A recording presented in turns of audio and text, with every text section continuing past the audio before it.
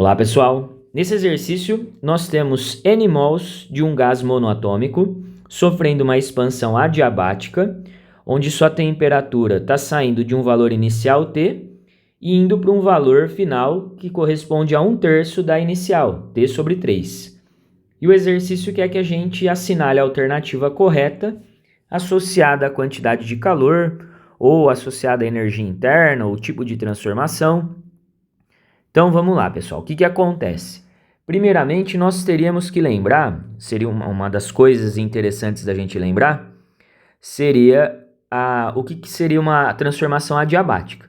Uma transformação adiabática é uma transformação onde o gás não troca calor com o meio externo. Então, a quantidade de calor é nula.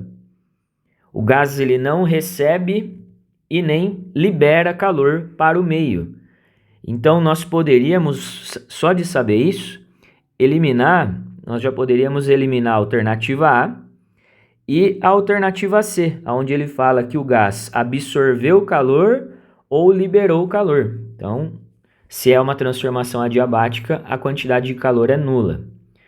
Quando nós temos, só fazendo um complemento aqui, quando a gente tem uma transformação adiabática, nós podemos observá-la aqui num gráfico de pressão pelo volume da seguinte maneira. Eu tracei aqui curvas em pontilhado aqui que são chamadas isotermas. Todos os pontos dessas curvas estão a uma mesma temperatura. Todos esses pontos estão na mesma temperatura TF e todos os pontos aqui nessa outra curva estão na mesma temperatura TI.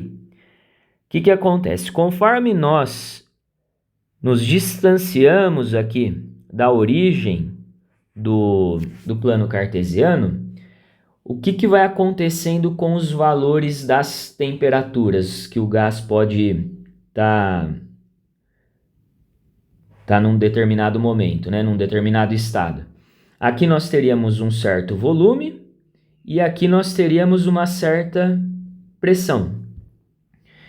Quando nós vamos nos distanciando, o volume acaba aumentando, volume 2 aqui, e a pressão também acaba aumentando.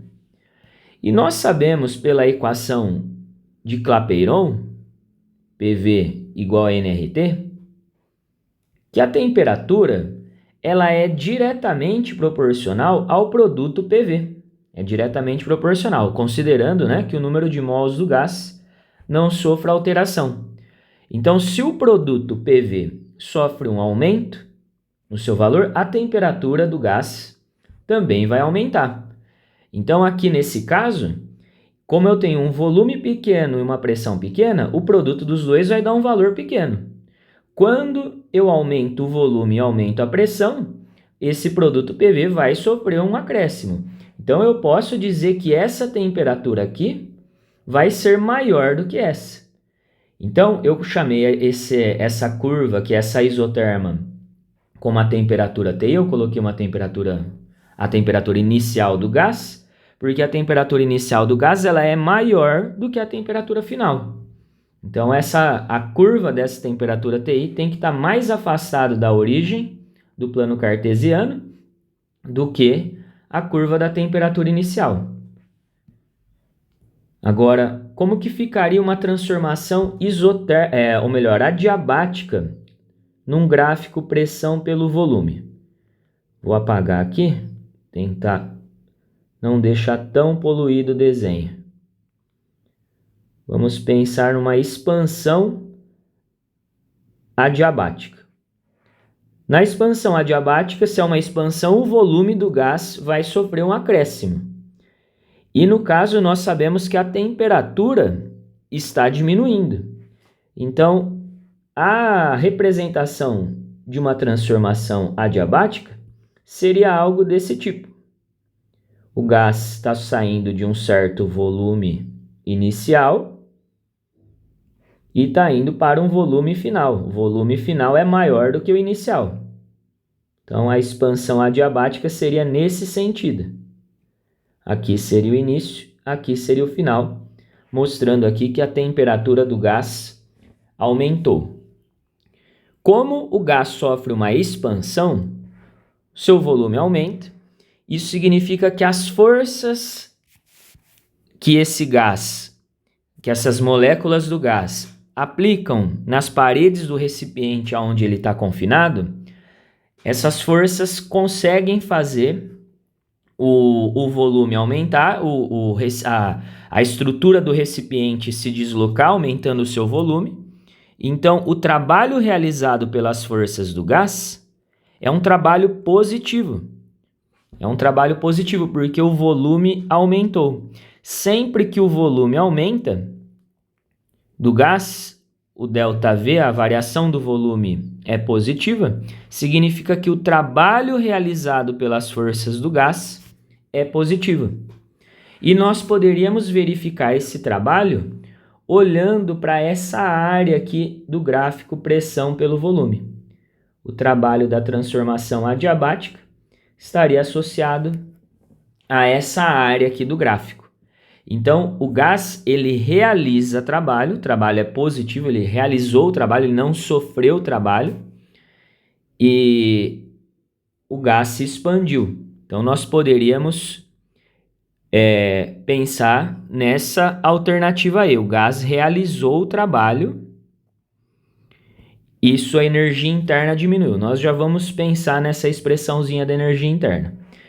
Se o gás realizou o trabalho, e aqui a gente acabou de ver o formato da transformação adiabática num gráfico pressão pelo volume, nós já estamos percebendo que a pressão do gás tem que diminuir. Numa expansão adiabática, a temperatura do gás diminui e a pressão desse gás também diminui. Então, não poderia ser uma transformação isobárica. Isobárica seria uma transformação a volume, a pressão constante. A pressão constante. Então, a gente poderia descartar a alternativa B também. Agora, vamos pensar sobre a energia interna. A energia interna de um gás, que no caso a gente representa como ΔU, a variação da energia interna de um gás, depende diretamente da variação da sua temperatura. Como assim? Se a temperatura do gás aumenta, o ΔT é positivo, então a energia interna também vai ser positiva. Se a temperatura do gás diminui, o ΔT, a variação de temperatura, vai ser negativa, então a variação da energia interna também é negativa. Como nós sabemos que a temperatura do gás diminuiu, o ΔT vai ser negativo, então esse ΔU vai ser negativo também, significa que a energia interna do gás diminuiu, que a alternativa que fala isso seria a alternativa E. Aqui nós já poderíamos também já descartar a alternativa D, que fala que a energia interna do gás aumentou. Mas aqui ele coloca esse valor, nRT. Por que esse valor? Por que ela diminuiu essa quantidade?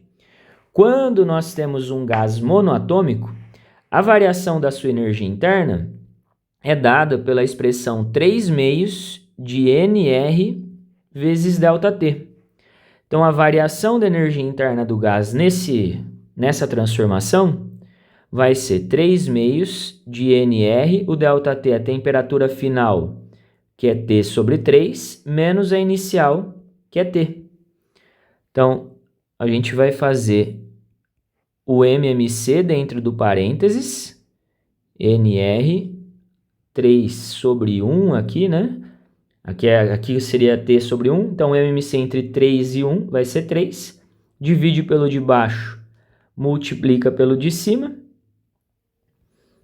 Então, nós ficamos com essa expressão. O ΔU é 3/2 de nR, e aqui vai ficar menos 2T sobre 3.